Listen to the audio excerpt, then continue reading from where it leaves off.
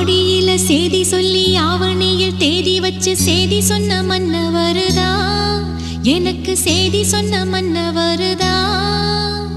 சொந்தம் சொல்லி நெத்தியில குங்குமத்தை வச்ச ஏன் மன்னவரு